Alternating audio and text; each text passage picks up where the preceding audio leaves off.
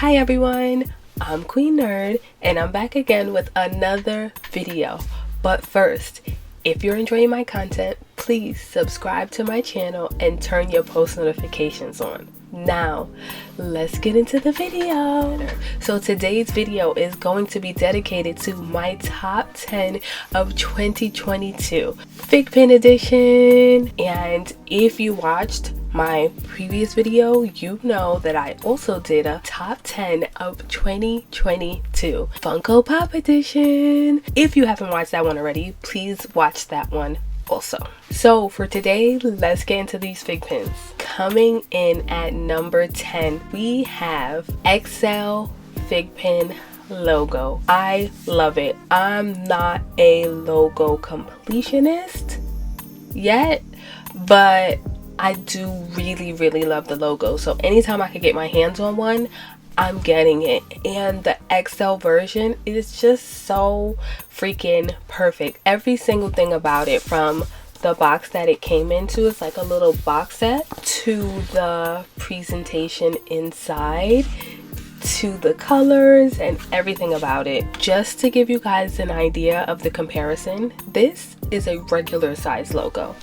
This is an XL size logo, and because it's the first of its kind and the only of its kind, I thought it was perfect to make the top 10 list. So here are the stats for the XL logo. The sequence is not the greatest, the launch position is also not the greatest, but it is already maxed, and yeah, I'm super excited just to have it in my collection. Coming in at number 9, we have this Blue Eyes white dragon that is signed by the Amato himself. So I'm really excited to have this one.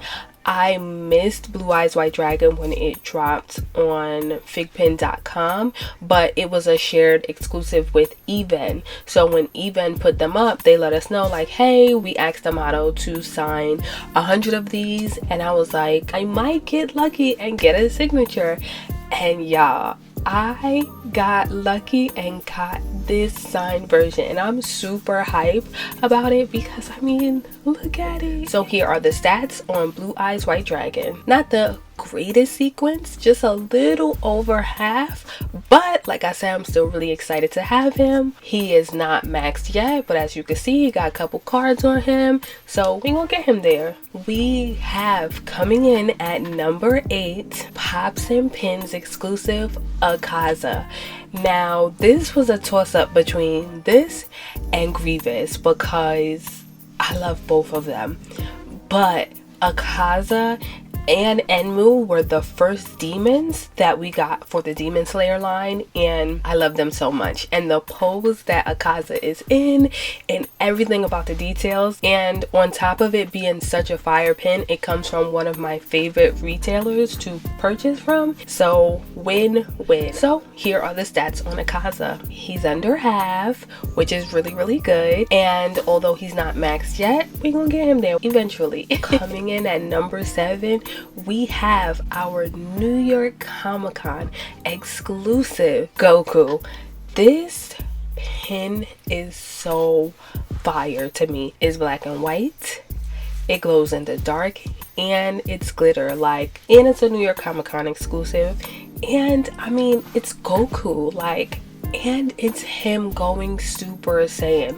When they announced this, I was in the process of rewatching Dragon Ball Z, and we had just come to this part where he went Super Saiyan for the first time. It was like, it's happening right in front of me, and the FiGPiN is coming out. I'm so excited. So here are the stats on both of them. Both sequences and both launch positions are not that great, but they're both maxed out, so that's always a plus. Coming in at number 6 is ECCC exclusive Attack Titan. Now this was the first Attack on Titan FiGPiN that they announced, and it dropped at ECCC. I was really excited about this for that reason, and because it's black and white. It literally looks like it was taken from the pages of the manga, and I really love that detail about it. And I'm really excited that they started releasing Attack on Titan. I hope we get some more characters, I hope we get action poses, and yeah, I'm super hyped about all of that. So here are the stats on Attack Titan. 303 of 1,000 is not bad. That's really good, under half. Y'all know my goal. He's not maxed yet, but as y'all can see, I have some cards to flip on him, so we gonna get him maxed at some point. If you made it this far in the video, thank you so much for watching. What do you guys think of my bottom 5? Did any of these make your top 10 list of 2022? Let me know in the comments. Number 5, we have New York Comic-Con exclusive Glitter Bond. Bond wasn't the first 7 Deadly Sins to release. It was Escanor, and it was white and gold, I believe, which was also fire.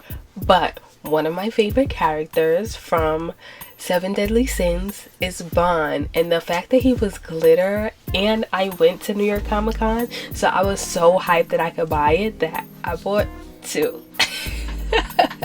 I was so hyped, y'all. I love Bond that much, and he's glitter. He's so perfect. I can't wait for them to do more 7 Deadly Sins characters. I hope that, you know, we get XLs back. Even if we don't get XLs back, can we get some Ls in there, like just a little bit bigger if possible? That would be so dope, because Deanne needs to be bigger than everybody else. And looking forward to 2023 giving me more characters in all the fandoms, because yes, please.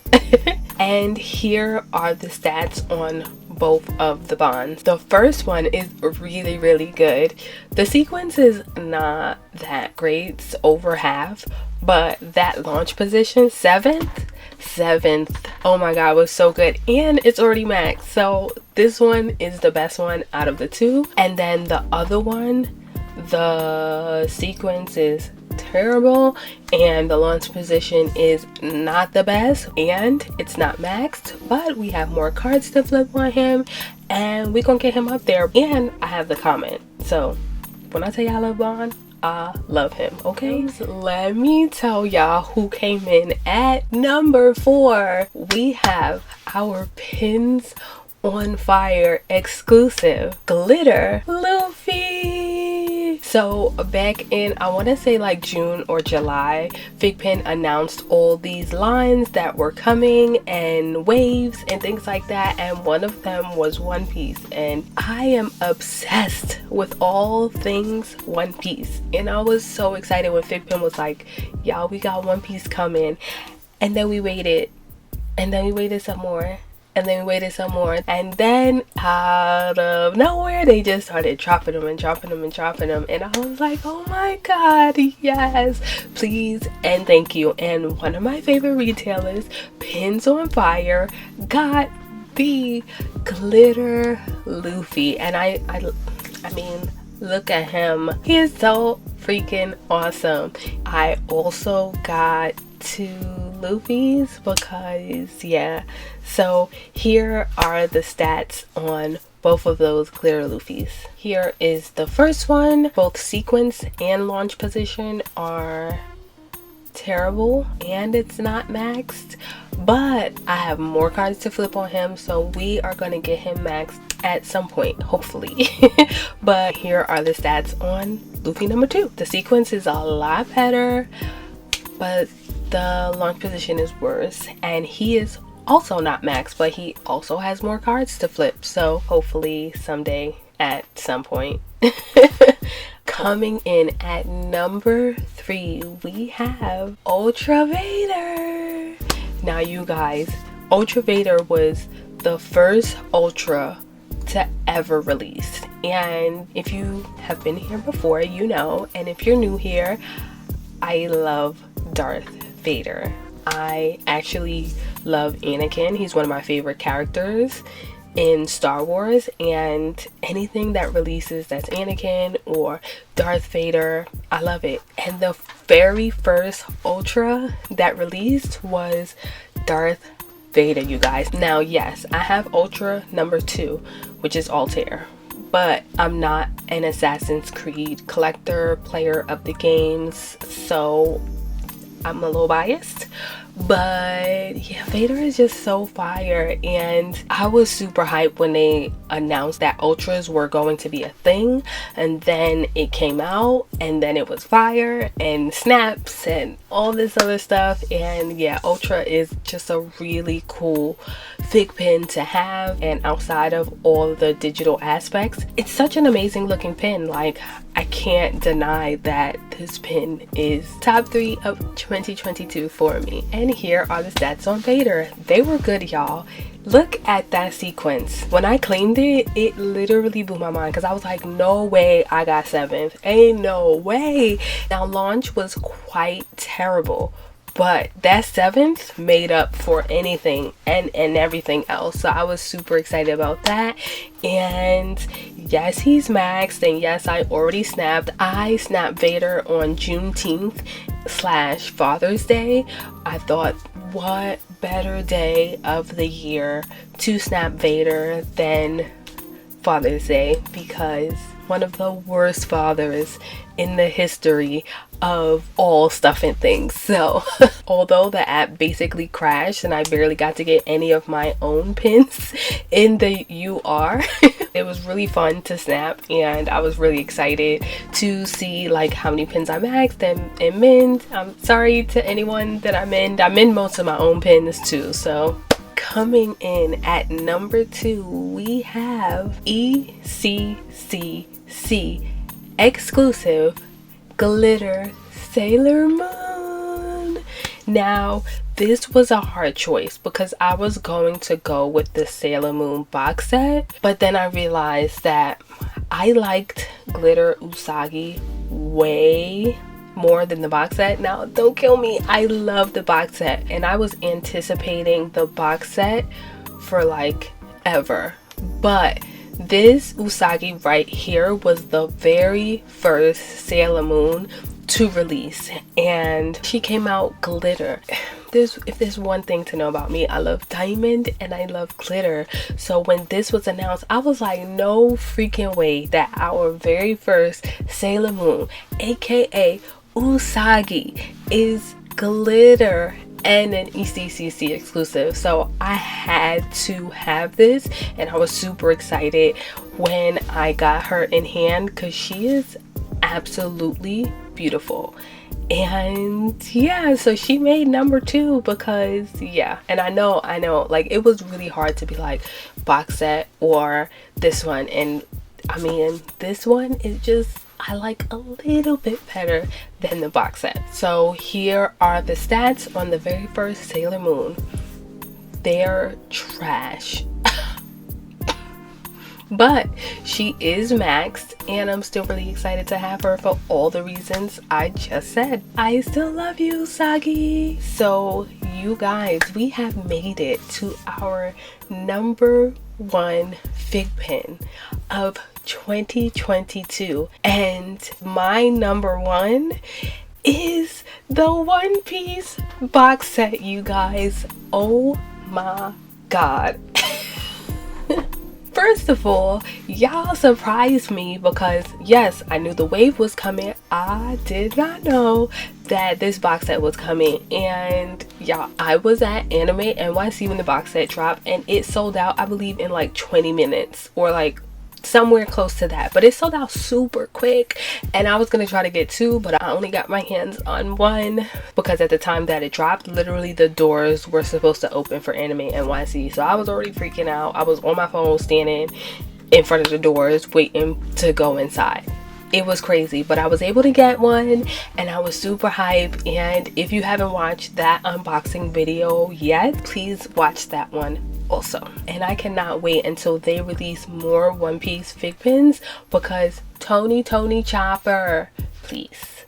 My favorite Straw Hat members are in the second half, which are Chopper, Robin, and Brooke, and then also Frankie and Jinbei. So I would be through the roof if we got another box set and it came with those guys, because yeah, I love them so much. So here are the stats on the One Piece box set, starting with Sanji. 44th to launch is not bad, and 323 of 1,000, under half, always my goal, so nailed it. Then we have Zoro.